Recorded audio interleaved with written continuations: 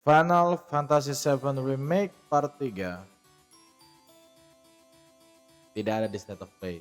Tidak ada informasi apapun, Kingdom Hearts 4 tidak ada, apapun dari Square Enix tidak ada. Square Enix pun namanya tidak ada di sana. Sangat mengecewakan sekali teman-teman. Kenapa? Karena saya sangat menunggu-nunggu sekali dengan Final Fantasy VII Remake Part 3. Dan ketika tidak ada informasi tentang itu, saya sangat kecewa. Saya kecewa sampai saya tidak bisa berekspresi nih ya. Lihat, datar banget mukanya.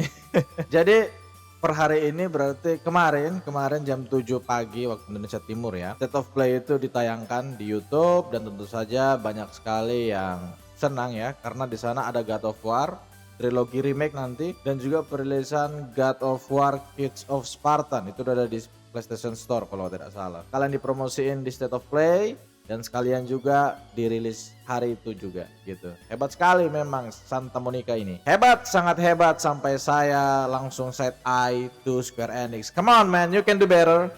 Enggak juga sih kayaknya.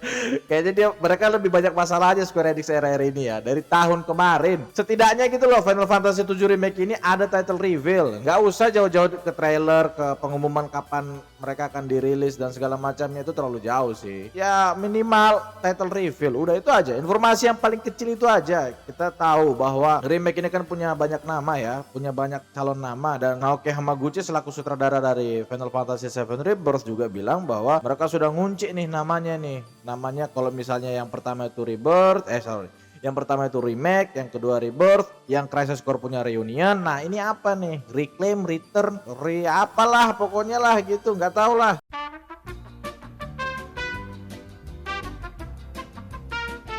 Lalu kemudian kita juga mendengar sebenarnya bukan dari State of Play tapi dari berita-berita yang beredar dan juga statement dari Naoki Hamaguchi sendiri bahwa Unreal Engine yang akan dipakai tetap Unreal Engine 4. Artinya bahwa kita tidak perlu repot-repot lagi teman-teman, kita tidak perlu repot-repot untuk menunggu lebih lama karena mereka tentu saja sudah menguasai Unreal Engine 4 ya. Jadi mereka tidak perlu beradaptasi lagi dengan engine yang baru Unreal Engine 5, kemudian mereka pindahin lagi material-material yang ada di Unreal Engine 4 ke Unreal Engine 5, menyesuaikan kembali, porting kembali, entah namanya apalah, saya bukan orang-orang yang tahu hal-hal seperti itu, yang saya tahu cuma main game gitu aja. Lalu kalau prediksi nanti ya, kan katanya kan yang di Nintendo itu, pengumuman di Nintendo tentang Rebirth itu akan rilis di bulan Juni tanggal 3 kalau tidak salah. Tanggal 3 harusnya ya. Tanggal 5-nya kita cari dulu teman-teman. Saya cari dulu ya. Biar nggak ngasal saya ngomong. Summer Game Fest 2026. Ah ini dia. Summer Game Fest 2026 5 Juni 2026 di Dolby Theater Los Angeles. Jadi menurut prediksi saya,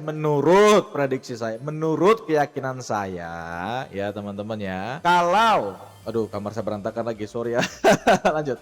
Kalau misalnya prediksinya benar, ya, kalau misalnya prediksinya benar, maka Summer Game Fest menjadi target utama kembali untuk pengumuman Final Fantasy 7 Remake Part 3.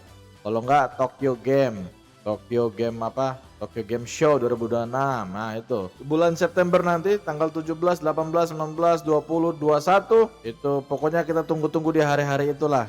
Kita harus tahu apakah benar bahwa prediksi orang-orang kalau tidak Summer Game Fest 2026 atau tanggal 5 Juni nanti ya bulan September itu TGS itu aja sih prediksinya. Tapi kalau saya sih lebih ke Summer Game Fest ya teman-teman ya. Kenapa?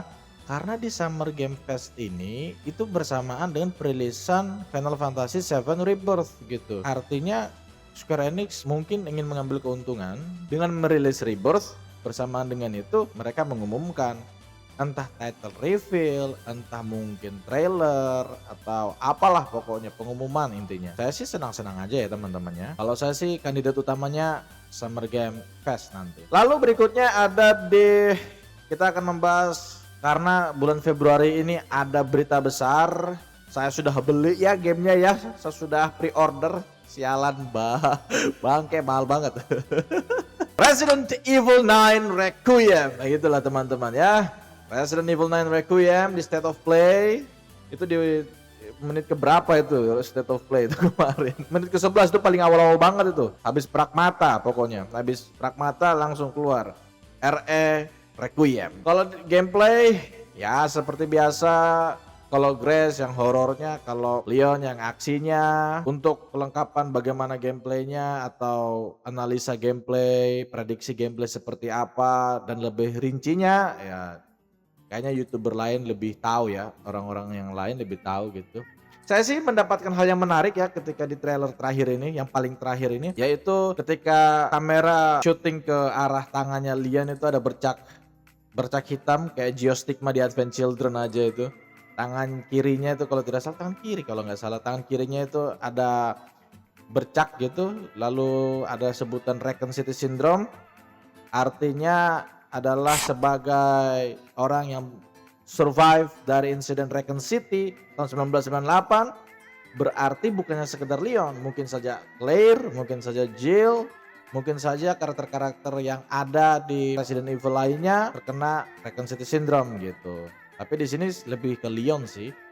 Ya seperti biasa ya teman-teman ya, Capcom selalu membuat kita panik ya. Contohnya saat Resident Evil 5 dulu batu nisannya Jill Valentine, kita pikir dia sudah berakhir hidupannya, ternyata muncul lagi dia. Lalu kemunculan Sherry Birkin, ada yang mulai berspekulasi, ada Claire juga karena suaranya mirip-mirip Claire, voice actor dari Sherry Birkin.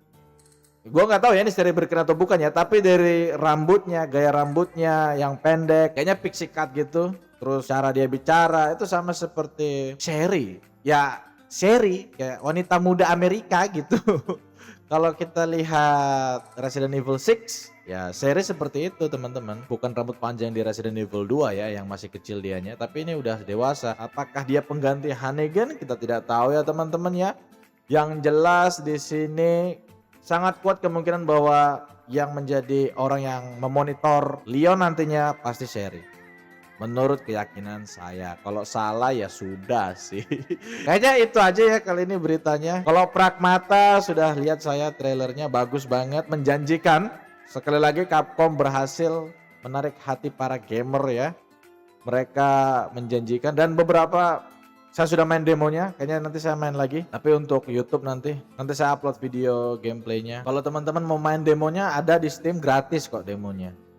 Nanti bisa teman-teman setelah main kan bisa tentuin apakah teman-teman mau beli di bulan apa ya, April ya, saya tidak terlalu lihat lagi itu akan dirilis. Mungkin itu saja ya teman-teman ya kayaknya, karena fokus saya cuma di dua ini. Kalau di postingan itu ada Kingdom Hearts sempat, di postingan saya kemarin itu udah mewanti-wanti FF7 remake part 3, kemudian Kingdom Hearts, kemudian demonya Resident Evil Requiem, dan ternyata kita cuma dapat trailer paling akhir. Ya setidaknya ada jawaban sedikit lah kalau Leon ternyata benar-benar sakit gitu.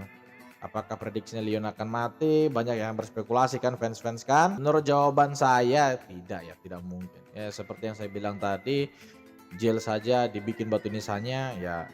Kalau Leon nyata-nyatanya di situ hidup gitu loh teman-teman. Ya, nyata-nyatanya mereka melihat Cloud lagi. Nyata-nyatanya mereka melihat Leon sedang beraksi, ya nggak mungkin lah dia dimatikan begitu saja. Mungkin pensiun saya rasa sudah waktunya. Kalau misalnya untuk mati ya nggak mungkin gitu. Bukan nggak mungkin sih. Kalaupun bisa Capcom tidak berani sih ya. Karena fansnya termasuk saya akan meledak gitu. Itu aja teman-teman, jangan lupa untuk like, comment, dan subscribe, and see you on next episode of BBS, bincang-bincang santai. Thank you and bye. So cool banget. So cool banget aja. Alright.